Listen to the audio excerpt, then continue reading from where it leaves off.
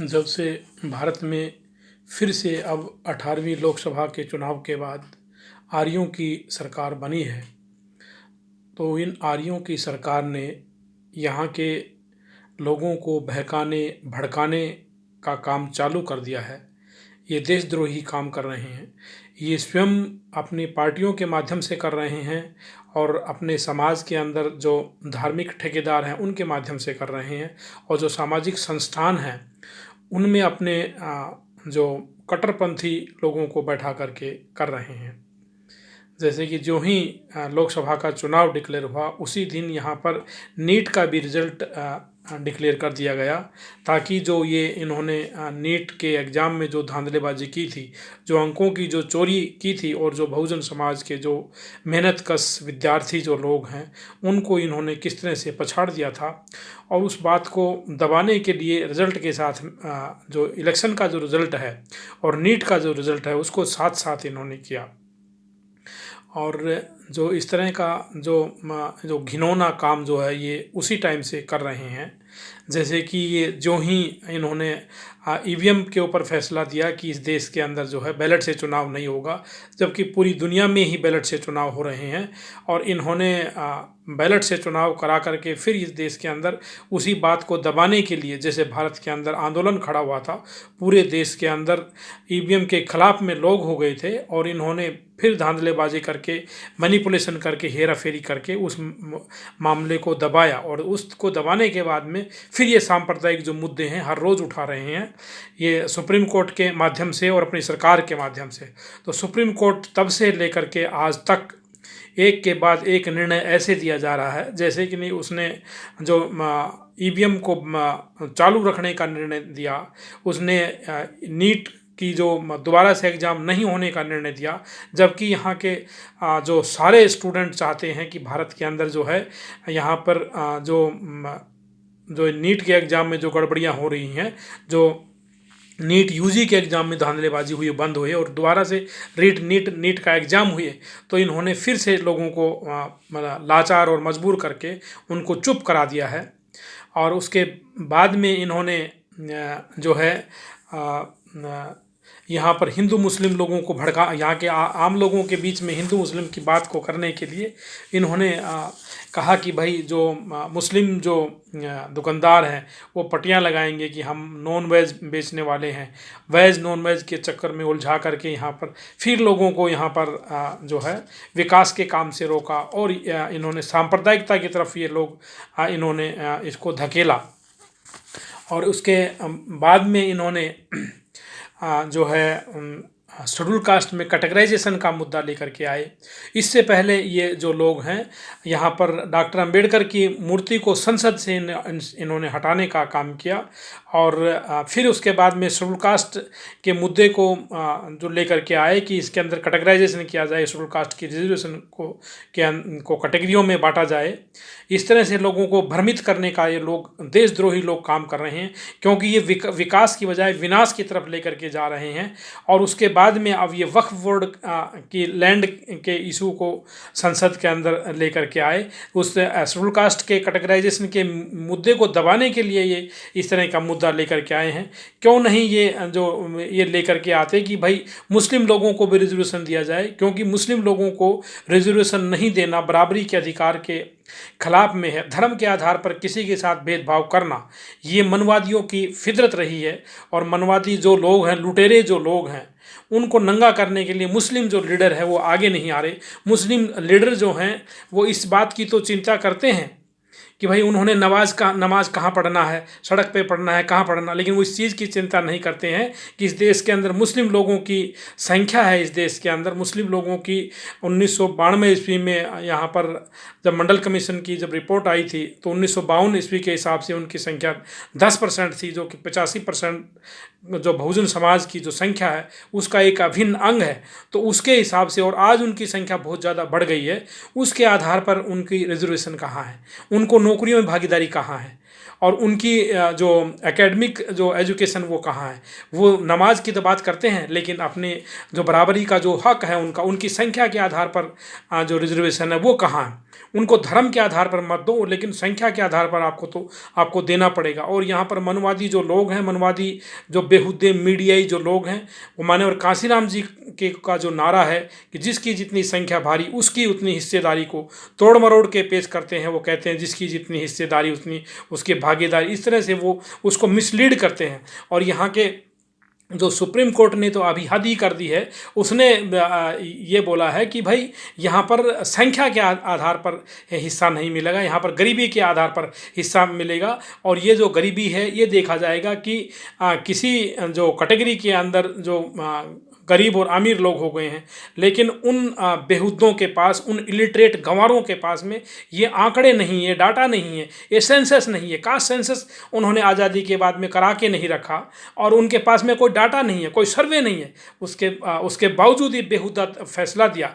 वो कोई ऐसा तो है नहीं कि कोई आम आदमी है, लेकिन उन्होंने आम आदमी से भी बढ़ कर के इस तरह का ये दुर्गंध फैलाने का, देश के अंदर वातावरण को दूषित करने का काम किया। और जब यहाँ बहुजन समाज के लोगों ने 9 अगस्त 2024 को जंतर मंतर पर डॉक्टर बाबा साहब अम्बेडकर की मूर्ति हटाने का विरोध किया और ज़बरदस्त विरोध किया, बहुत बड़ा प्रदर्शन किया, जिस दिन भारत के अंदर यहाँ पे अंग्रेज़ों भारत छोड़ो का जो आंदोलन हुआ था, उसी दिन बहुजन समाज के लोगों ने 9 अगस्त को जंतर मंतर पर धरना प्रदर्शन किया। तो यहाँ के जो सरकार, जो वर्तमान सरकार है, उसने घबरा करके प्रधानमंत्री का नाम लेकर के ये कहा कि बस शेड्यूल कास्ट के एमपी इनसे मिले हैं, और जो जिनको बाकी जो लोग कहते हैं कि ये टाउट्स लोग हैं और ये चमचे लोग हैं, ये निष्क्रिय लोग हैं, ये दुम हिलाने वाले लोग हैं, और ये लोग मिले हैं। तो प्रधानमंत्री ने कहा कि शेड्यूल कास्ट के अंदर कैटेगराइजेशन नहीं होगा, ऐसा कहा गया। और उनकी ना कोई प्रेस कॉन्फ्रेंस हुई और नहीं उन्होंने खुल करके आकर के कहा। अभी बहन कुमारी मायावती जी ने उनके बाद में कहा कि वास्तव में यदि प्रधानमंत्री की मंशा सही है तो उन्होंने संसद को यहाँ पर संसद का जो सत्र है वो बंद नहीं करना चाहिए था, और संसद का विशेष सत्र बुला करके यहाँ पर उनको इसके लिए ऑर्डिनेंस पास करना चाहिए और उसके लिए स्पेशल प्रोविज़न करना चाहिए, वरना ये घड़ियाली आंसू है और लोगों को बेवकूफ़ बनाने वाली बातें हैं। जब भारत के सुप्रीम कोर्ट के पास में कोई आंकड़े नहीं है, कोई डाटा नहीं है, कोई सर्वे नहीं है, कोई सेंसस नहीं है, तो उन्होंने क्यों लोगों को बेवकूफ़ बनाने के लिए इस तरह का गुमराही का काम किया। ऐसे लोगों के खिलाफ में पूरी कानूनी कार्रवाई होनी चाहिए। ऐसे लोगों के खिलाफ में यहाँ पर SC एट्रोसिटीज़ एक्ट के तहत मुकदमा चलना चाहिए। ये स्टेट स्पॉन्सर्ड अनटचेबिलिटी प्रैक्टिस करना है। आर्टिकल 17 के तहत ऐसे जजों के खिलाफ में कार्रवाई होनी चाहिए। ऐसे जजों के खिलाफ में इम्पीचमेंट का प्रस्ताव ला करके जो है कार्रवाई होनी चाहिए, और ऐसे जजों को तुरंत प्रभाव से बर्खास्त किया जाना चाहिए, क्योंकि इतने जो ये इनकी जो हरकत है ये इससे पहले भी बहुत बार प्रकाश में आई है। जैसे कि EVM पर जो है सारा देश EVM चाहता, EVM पर बैन लगाना चाहता है, बैलेट चाहता है, लेकिन यहाँ के जो ये चुटियाधारी और तिलकधारी जो लोग हैं ये बैलेट की बजाय EVM की तरफ वो जा रहे हैं, जबकि पूरा देश में कोई नहीं चाहता है। तो ये हेरा फेरी और चोरियाँ जो हैं इस देश के अंदर बंद होनी चाहिए, यहाँ पर रीनीट होना चाहिए। और यहाँ पर जो हिंदू मुस्लिम को लड़ाने और भड़काने की बजाय यहाँ पर मुस्लिम लोगों को रिजर्वेशन देना चाहिए। उनकी संख्या जो है उनकी ठीक से पता करके और उनको नौकरियों के अंदर रिजर्वेशन देना चाहिए। उनको नमाज की चिंता न कर करके उनके बच्चों को जो जॉब्स हैं वो देनी चाहिए, क्योंकि उनकी भी संख्या है इस देश के अंदर। उनके नेताओं को इस बात को उठाना होगा कि इस देश के अंदर मुस्लिम लोगों की संख्या है, मुस्लिम लोगों को संख्या के आधार पर रिजर्वेशन दिया जाना चाहिए। अगर धर्म के आधार पर उनके साथ में भेदभाव होता है, रिजर्वेशन को रोका जाता है, तो ये देशद्रोह का काम होगा। वक्फ बोर्ड की बात को उठाने की बजाय उनको उनकी रिजर्वेशन की बात को उठाया जाना चाहिए। और इस देश के अंदर यदि वास्तव में प्रधानमंत्री की मंशा सही है और यदि ये लोग कहते हैं कि संविधान के हिसाब से हम काम कर रहे हैं और संविधान में रिजर्वेशन का प्रावधान है, तो इन लोगों को चाहिए कि इस देश के अंदर जो बैकलॉग है उसको तुरंत भरना चाहिए। जो शेड्यूल कास्ट और शेड्यूल ट्राइब की जो कैटेगरी के अंदर जो आधे से भी कम के जो पोस्ट भरी गई हैं, जो बैकलॉग बना के रखा है, उसको कब पूरा करोगे? उसको तो भरना चाहिए। वरना ये घड़ियाली आंसू जो है ये बहाने बंद करने चाहिए कि हमने जो है कैटेगराइजेशन को वापस ले लिया है। कैटेगराइजेशन का जो मीनिंग है वो ये एकदम से बेहुदा है यदि आप उसको फिलफिल ही नहीं करते हैं। और आपको नोट फाउंड सुटेबल की का जो डाटा है उसको इकट्ठा करना चाहिए कि कितने जो यहाँ पर SC ST के अंदर कैंडिडेट्स हैं उनको आपने नोट फाउंड सुटेबल किया है, उनका टोटल नंबर निकाल करके, और ये सारी की सारी पोस्ट आपने जनरल कास्ट को दी हैं उसे वापस लिए जानी चाहिए। वरना फिर ये घड़ियाली आंसू ही होंगे कि हम कैटेगराइजेशन का विरोध करते हैं और जैसा संविधान में उसके हिसाब से देते हैं। संविधान में जब जो उनकी पर्टिकुलर परसेंटेज है तो उसके हिसाब से उनको हिस्सा दिया जाना चाहिए। वैसे तो जो आबादी जो बढ़ी है सबसे ज़्यादा शेड्यूल्ड कास्ट की बढ़ी है, शेड्यूल्ड ट्राइब की बढ़ी है और मुस्लिम लोगों की बढ़ी है। तो इनकी जो आबादी जो है 22.5 और 10% से भी इनकी आबादी ज़्यादा है। जो बैकवर्ड क्लास की आबादी है वो 52% से भी ज़्यादा है, क्योंकि चक्रवृद्धि ब्याज की तरह से इनकी आबादी बढ़ती है। जैसे कि चाइना के जो बहुत बड़े फिलोसफर हुए हैं मैथ्यूज, उन्होंने बताया है कि जो पॉपुलेशन है वो चक्रवृद्धि ब्याज की तरह से बढ़ती है। लेकिन यहाँ इस देश के अंदर जो है आबादी को रोक दिया गया और यहाँ पर आबादी जो है वो घट रही है। जैसे कि मेरे जो दादा परदादा थे, मेरे पिताजी जो हैं, उनके जो यहाँ पर 7-8 संतान थी, 10 की संतान रही है, लेकिन आज बड़ी मुश्किल से 1-2 बच्चे पैदा हो रहे हैं।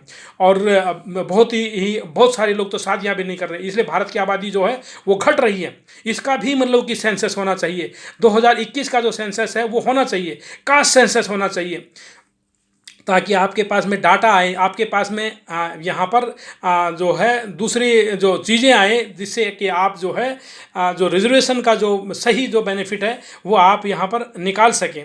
और आपको यदि आपकी मंशा सही है कि हम कैटेगराइजेशन को रोक रहे हैं, हम रिजर्वेशन को पूरा करेंगे और इसको बैकलॉग को पूरा करेंगे, तो आपको रिजर्वेशन को 9th जो शेड्यूल है कॉन्स्टिट्यूशन का उसमें डालने चाहिए, संविधान की 9वीं सूची में डालना चाहिए, ताकि इसके साथ में एरा गैरा नथु खेरा कोई भी आकर के इसको मतलब कि इसके साथ छेड़खानी कर लेता है। जैसे कि गंवारों के टाइम की कहावत है कि भाई निर्धन की पत्नी सबकी भाभी और अमीर की पत्नी सबकी दादी। इस तरह से नहीं होना चाहिए। यदि आप मन से बिल्कुल साफ हैं तो आपको उसको 9वीं सूची में, संविधान की 9वीं सूची में डालना चाहिए तुरंत प्रभाव से।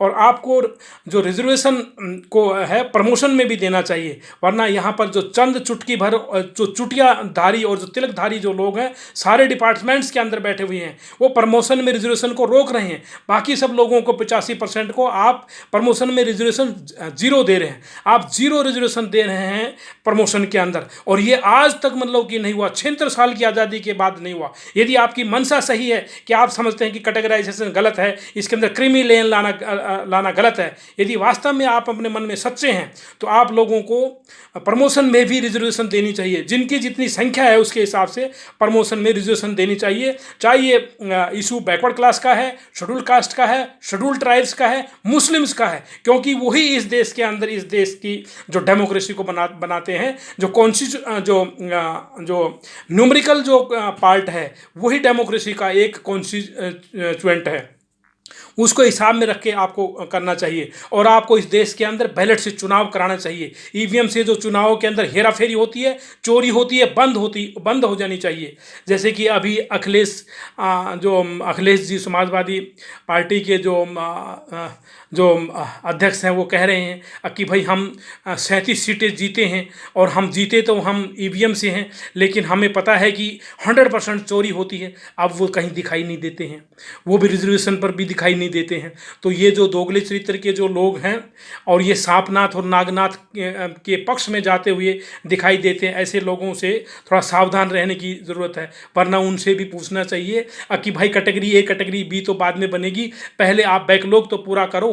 पहले जो आपने NFS किया है, नोट फाउंड सुटेबल कैंडिडेट्स जो बनाए गए हैं, और जो जनरल कास्ट को जो आपने सारी की सारी सीटें सौंप दी है वो वापस करो।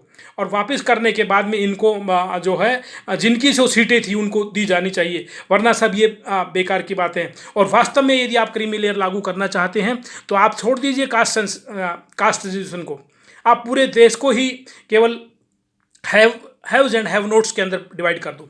कि यहाँ पर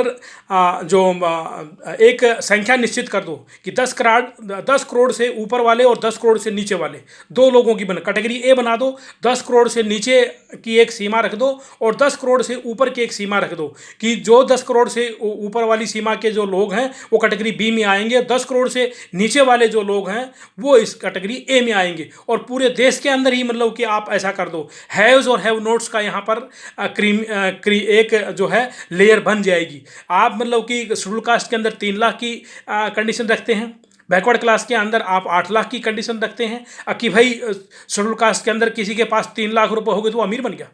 और बैकवर्ड क्लास के अंदर अमीर होने के लिए, जनरल में अमीर होने के लिए उसको 8 लाख तक पहुंचना पड़ेगा तब अमीर। तो ये बेहुदा जो हरकतें हैं ये बंद होनी चाहिए। आज यदि यहाँ पर जो अभी फ़िलहाल में एक आईएएस को यहाँ पर जो डिमोट किया है, जो जिसकी यहाँ पर बताया जाता है कि उसने बैकवर्ड क्लास से जो गलत सर्टिफिकेट बना लिया था, वो बैकवर्ड क्लास के अंदर थी और वो कोई इकोनॉमिक आधार पर उसने गलत सर्टिफिकेट बनवा करके किया था। अगर वो जनरल कास्ट की महिला होती, खेड़कर से तो अगर वो जनरल कास्ट की महिला होती तो उसको ये 11-12 साल के लिए तपस्या नहीं करनी पड़ती आईएएस के लिए, वो पहले झटके में आईएएस बन जाती। क्यों? क्योंकि उसको इंटरव्यू में चोरी के अंक मिल जाते, और जब चोरी के जो अंक मिल जाते, अंकों की सिफारिश मिल जाती, तो पहले झटके में ही बन जाती। लेकिन वो बेचारी का दुर्भाग्य था, वो बैकवर्ड क्लास के अंदर थी, इसलिए उसको 11-12 साल लगे। और जाकर के तब कहीं किसी ने, यहाँ मनुवादी ने सलाह दे दी कि तुम भाई यहाँ पर बैकवर्ड क्लास में जो नॉन क्रीमी लेयर का सर्टिफिकेट बनवा लो तो तुम्हारा मतलब कि हो जाएगा। ये इकोनॉमिक वीकर सेक्शन क्या है?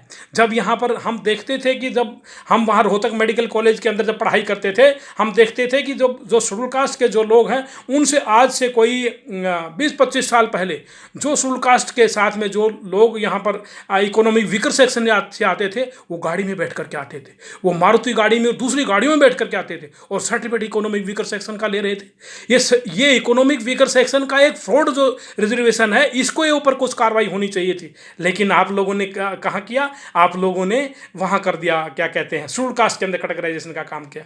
तो ये बेहुदा जो हरकतें हैं, ये गंदी हरकतें हैं, देशद्रोही हरकतें हैं, ये बंद होनी चाहिए। और इस देश के अंदर जो है बैलेट से चुनाव होना चाहिए, ताकि दूध का दूध और पानी का पानी हो। जब यहाँ अमेरिका में जब बैलेट से चुनाव होता है, इंग्लैंड के अंदर चुनाव होता है और दूसरे दुनिया के सभी देशों के अंदर बैलेट से चुनाव होता है, तो तुम्हारी क्यों ना निमरती है? तुम्हारी क्यों फटती है? तुम तो बहुत मेरिटोरियस हो, भगवान तुम्हारे साथ में, ऊंची जाति के हो, श्रवण जाति को बहुत सारा दिमाग है, तुम तो जीत जाओगे, तुम काहे के लिए डरते हो? तो इसलिए बैलेट से चुनाव होने की बात भी होना चाहिए और बहुजन समाज के लोगों को इस मुद्दे को बड़े स्तर पर उठाना चाहिए। और जो मैंने जो मुद्दे रखे हैं इनके ऊपर जो है कार्य होना चाहिए। और ये अहम मुद्दे हैं और ये मुख्य मुद्दे हैं, ताकि इस देश के अंदर डेवलपमेंट होगा और इसके अंदर जो पीछे जो लोग रह गए हैं उनको मुख्य धारा में लाया जाएगा और सब लोगों को भागीदारी मिलेगी। और यहाँ पर जो हिंदू मुस्लिम का जो राग अलाप रहे हैं उन लोगों को एक तमाचा लगेगा, क्योंकि ये देश को काफ़ी पीछे ले जा चुके हैं और देश को और पीछे ना ले जाएं। तो इन सब बातों को बड़ी गहराई से मनन करना है, चिंतन करना है और इस वीडियो को लाइक करना है, शेयर करना है, इस पर कमेंट करना है। इसके साथ मैं आप सबका साधुवाद करता हूँ। मैंने आपका काफ़ी समय लिया है। सबको जय भीम, जय भारत, नो बुधाय, खुदा हाफिज़। मैं डॉक्टर आर के बोध, सोशल एक्टिविस्ट, दिल्ली। धन्यवाद।